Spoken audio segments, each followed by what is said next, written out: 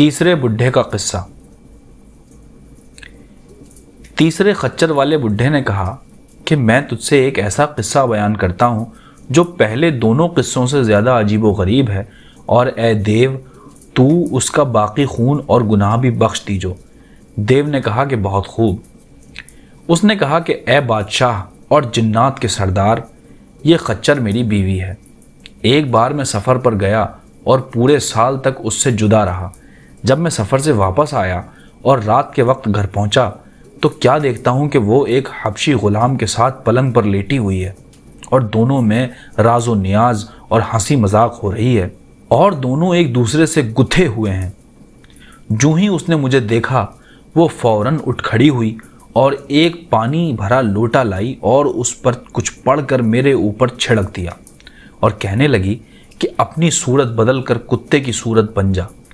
میں فوراً کتا بن گیا اور اس نے مجھے دھتکار کر گھر سے نکال دیا۔ میں دروازے سے باہر آیا اور چلتے چلتے ایک قصاب کی دکان پر پہنچا اور ہڈیاں کھانے لگا۔ جب قصاب نے یہ دیکھا تو وہ مجھے اپنے ساتھ اپنے گھر لے آیا۔ جب قصاب کی بیٹی نے مجھے دیکھا تو اس نے میرے سامنے اپنا منہ چھپا لیا اور کہنے لگی کہ تو ایک مردوے کو لے کر ہمارے پاس آیا ہے۔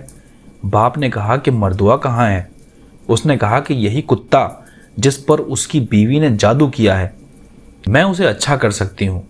جب باپ نے اس کی باتیں سنی تو کہنے لگا کہ بیٹی تجھے خدا کی قسم اسے اچھا کر دے۔ لڑکی نے ایک پانی بھرا لوٹا لیا اور اس پر کچھ پڑھ کر دم کیا اور اس میں سے تھوڑا سا پانی میرے اوپر چھڑک دیا اور کہا کہ اس شکل کو بدل کر اصلی صورت میں آ جا۔ میں پھر اپنی اصلی صورت میں آ گیا اور میں نے اس کے ہاتھ کو بوسہ دیا اور کہا کہ میں چاہتا ہوں کہ تو میری بیوی پر جادو کر جس طرح کہ اس نے مجھ پر کیا ہے۔ اس نے مجھے تھوڑا سا پانی دیا اور کہا کہ جب وہ سو رہی ہو تو اس وقت یہ پانی اس پر چھڑک دیجو، اور جو چاہیو کہیو وہ وہی ہو جائے گی جو تو چاہے گا۔ میں وہ پانی لے کر اپنی بیوی کے پاس گیا اور اس کو سوتا پایا اور اس پر وہ پانی چھڑک دیا اور کہا کہ اپنی صورت بدل کر خچر کی صورت بن جا، اور وہ فوراً خچر بن گئی، اور وہ یہی ہے جسے تو اپنی آنکھوں سے دیکھ رہا ہے۔ اے بادشاہ اور جنوں کے سرتاج، اس نے خچر سے کہا کہ کیا یہ سچ ہے؟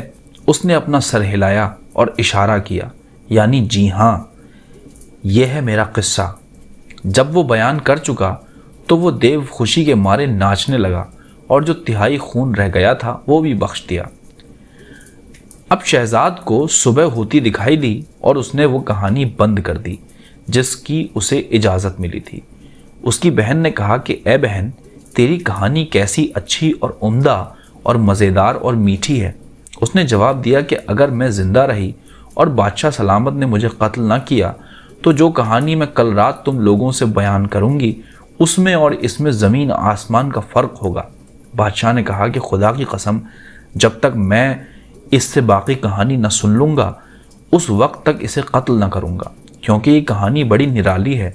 پھر وہ دونوں صبح تک ایک دوسرے کے گلے لگے رہے۔ اس کے بعد بادشاہ دربار میں داخل ہوا اور لشکر اور وزیر حاضر ہوئے۔ بادشاہ نے دربار کیا اور شام تک احکام صادر کرتا رہا، کسی کو عہدہ دیا اور کسی کو برخاست کیا، اور کسی بات کی ممانعت کی اور کسی کا حکم دیا۔